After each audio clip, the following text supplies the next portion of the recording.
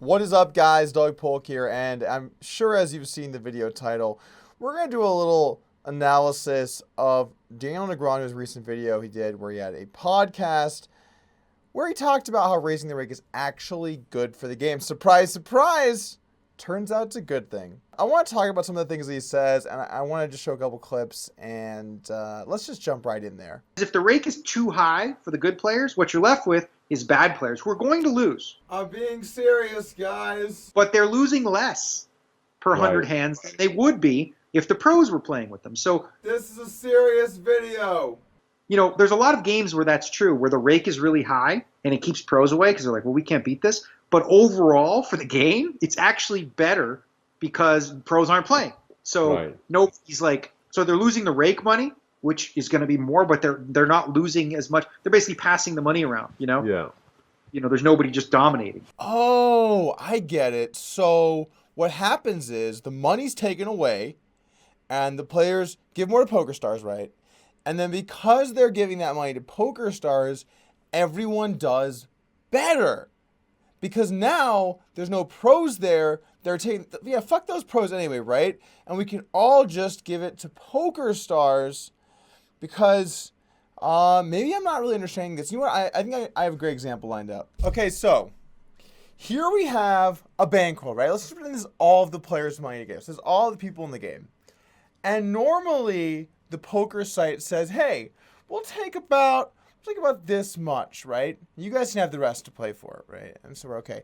But what Pokerstars is saying, what Negreanu's really saying here is now it's like, okay, we're also going to take some of these, right? Are you still with me? And now the players still have this much left. And it's better because, but I guess that, yeah, I don't know how this works. I don't know how this works. But think about it, right? If you had a home game, right? Let's say you wanted to play 50 and 100 no limit hold'em, right? And you said you're going to charge a $100 rake per hand, okay? How many pros do you think are going to show up to your game? Yeah. None. Okay, so I have another example. I figured that I would do something a little more visual. So these black circles represent players. And what Negreanu was saying is that the players now are going to pass the money around instead of going to the pros, because normally some pro is winning. So this guy loses to this guy, that guy loses to that guy, that guy loses to that guy, that guy loses to that guy. And really, the thing about it is the money just circles around. Everyone's having a good time. Everyone's just winning.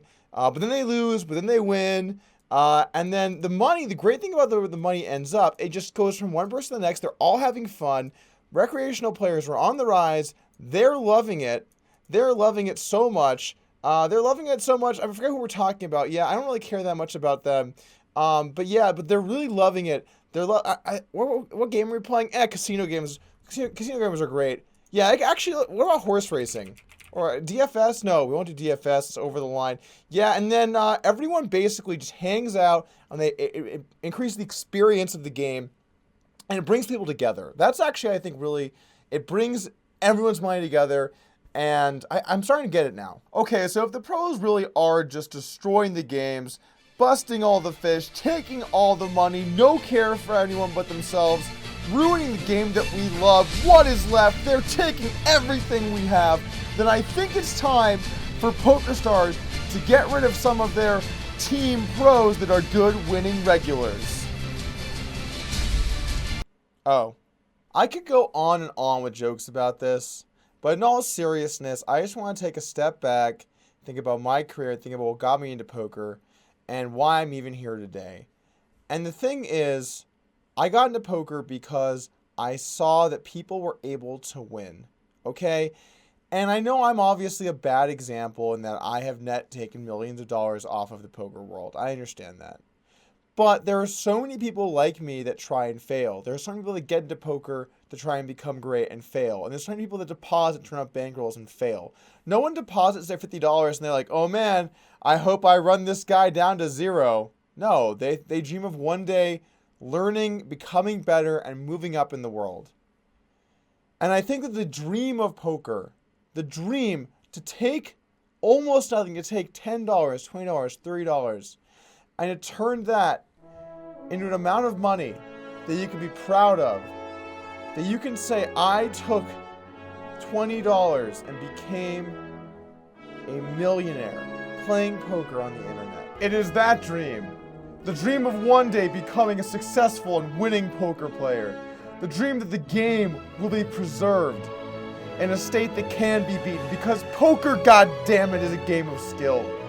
It's a game of wit, it's a game of cunning. And I refuse to be treated like this is some gambling game that everyone just flips against the house and the house wins. This is not blackjack. We are playing a game where fortunes can be made. And I will not allow that. Hey, what am I doing? America banned online poker. Yeah, what the hell? Look, I understand the seriousness of pros taking all of the recreational players' money. I get that. Pros do take from the weak to make money for themselves. That's their job. Understandable. But you can't take away that right for people to want to move up in the world and become a great poker player. And by having an ecosystem that all of the bad players just lose together to the house, I don't think that that's healthy at all, because now there are no players moving up in the stakes to play higher. And those higher games are what propel people to want to deposit to begin with. You know, the high stakes games, the Rail Heaven games on Full Tilt, that brought in so much traffic because people loved what was going on. They loved it. I mean, to this day, those games are still the most widely popular games played online in terms of viewership. And why take away from that? You know, why remove that element? Why hate on the pros? Look, I get it. The pros, they take a lot of money from the recreational players, but at the same time, the pros have paid a ton of rake. You know, Negreanu talks about someone who like 24 table at S&E every year like they're just some parasite. That person made Pokerstars hundreds of thousands of dollars even though they made S&E. That person, that person alone made them way more money than any individual person. And I know that a lot of recreational players lost for them to make that money, but at the same time, don't treat these people when you gave them the option, you told them the rules, and then they come to your site and play and make you money, and then pull the rug out from under them on the Supernova Elite program with no warning. That was still just bullshit. The fact that they waited until October to let people know on January 1st that the Supernova Elite benefits would no longer stand. People based their lives around that decision. I knew several people that based what they did that year around having SNE the next year, and Stars just didn't honor it. It still doesn't seem legal in my eyes to even do that. So I think there needs to be a little more respect given to the pros that, while they do create some problems for the ecosystem, are still a necessary part and have produced much rake for Pokerstars. What that ends up creating, right, which is exactly the ecosystem you really want ultimately, is the good players, the best players, they make money. The bad players, they lose money at a lesser degree. Yeah. The ones that get hurt are the guys who break about even or win a little bit, right? Yeah. Now they go from winning a little bit to losing a little bit, and they can't sustain themselves. So that middle tier of player kind of evaporates, and you're left with really the best of the best, and then the worst of the worst that can survive a game like that. Right. And that's a healthy enough ecosystem, I think. No, but really you're actually just still left with everybody, because where are people going? You know, I guess you are saying that you're going to lose those people that are small winners to rake even, and that's definitely true. But he's making it sound like there's just like people on the very ends of the extremes. That's not what it is. Everything shifts. It's not like there's like the really good players are still crushing, you know, and really everyone moves down a little bit because they're paying more rake. If you look particularly what happened in the high stakes games, rake increased up to 7x in some game types when you include the fact rake increased and also rewards were completely removed. So higher stakes players make less, and then slightly winning people now can't play. People that were break even are definitely gone. And really it's all of the slightly losing to bad people, or maybe even break even to bad people, that are okay losing money when they play. It's not like a true polarization like that. It just makes it so that not many people are even able to win at all. And in order to be able to win, you have to already have been at some threshold to begin with. So I guess I just don't like how polarized that was said. That hurts a lot of people, Yeah, right? I know. But part of what they need to understand is that the vast majority and the most important player in an ecosystem is the losing player. Yeah, right? yeah. It's not you guys, it's No. them. Yeah. So You have to do what's necessary to make them happy first, and then as a result, that money trickles down both to Rake and to the players who are good enough to stick around. Of course, trickle down. How could I have missed it? That money trickles down. Trickle-down economics all over again. That is not how we grow the economy. All right, so I'm sure my boy Rickard is going to step in there and he's going to lay down the law and he's going to let Dean Eggs know what's up. Well, one thing that I've been thinking about is that sometimes you look at people who are so upset and is so annoyed about the new rules, or I know this is going to upset a lot of people, but look at the people that are making so much money and they run into kind of a dent or something.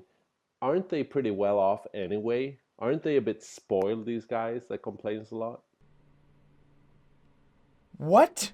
The guys making 10, 15, 20K a year that are complaining that their Rakeback job where they break even and make money from Rakeback, they're well off and spoiled? I thought that was 100% going to be about Pokerstars, but it's about the Rakeback grinders? Yeah, they actually always say, like those Rakeback grinders, they've got it too good. They've had it too good for too long. And I'm glad finally someone's going to do something about it. Thanks for that, Rickard, by the way. That really helped out. Before we rag on Negreanu too much, though, I will say this. I do believe him when he said that he tried to stand up for the players the way their Supernova Elite benefits were taken from them. And he did come out very publicly and talk about it at that point. So, in my eyes, Negreanu did do the right thing there. But, come on, dude. They're increasing the rake in all of the games. They basically butchered the game I can even play. They're getting rid of a lot of, the Rakeback rewards that they had for a long time. They're cutting corners. They're making games tougher to beat. They're getting rid of skill formats. They're adding in spins. I mean, look, you can say what you want to make this sound good, but at the end of the day, we all know that it's getting worse, okay? We all know that Pokerstars is not headed in that bright, shiny direction that it did for so many years. And so when you try and just be like, oh, guys, actually, it's good. Surprise. We're not going to be like, oh, it's great. This is a win. No, we're not going to view it like that because we have to look at the bottom line. The bottom line is more money when we play is taken from our accounts and given to Pokerstars and then paid out to shareholders. Okay, so that's really what this is about. Okay, and I guess if I had to say one last thing before we ended this here today, I'd want to say that I understand that businesses have a responsibility to try and make money. There's nothing wrong with that. But they also have a responsibility to try and protect their customers and give their customers good value. Give their customers a good product. And by increasing the rake, because what are you going to do about it, and decreasing skill formats, while you might immediately make more money because of the increase in rake, long-term people will see through that. Because over time, the companies that give that good value to their customers will see the most profits for their business. Daniel, any last thoughts on the subject? The system that we created was actually rigged against recreational players. What? It's a rigged system. Poker is rigged. They were right the entire time. Was actually rigged against. Oh, for Christ's sake. The process is rigged. This whole poker game is being rigged. That's going to be it from me here today, everyone. Thank you for joining us. I'll see you again soon.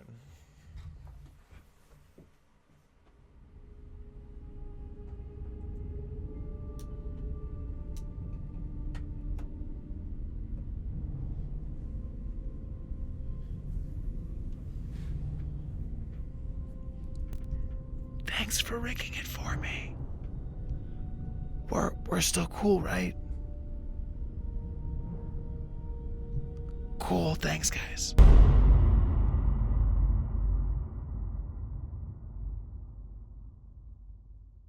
Uncle Sam wants you to subscribe to my channel right now. Click that button, join the army. Let's fight this fight together.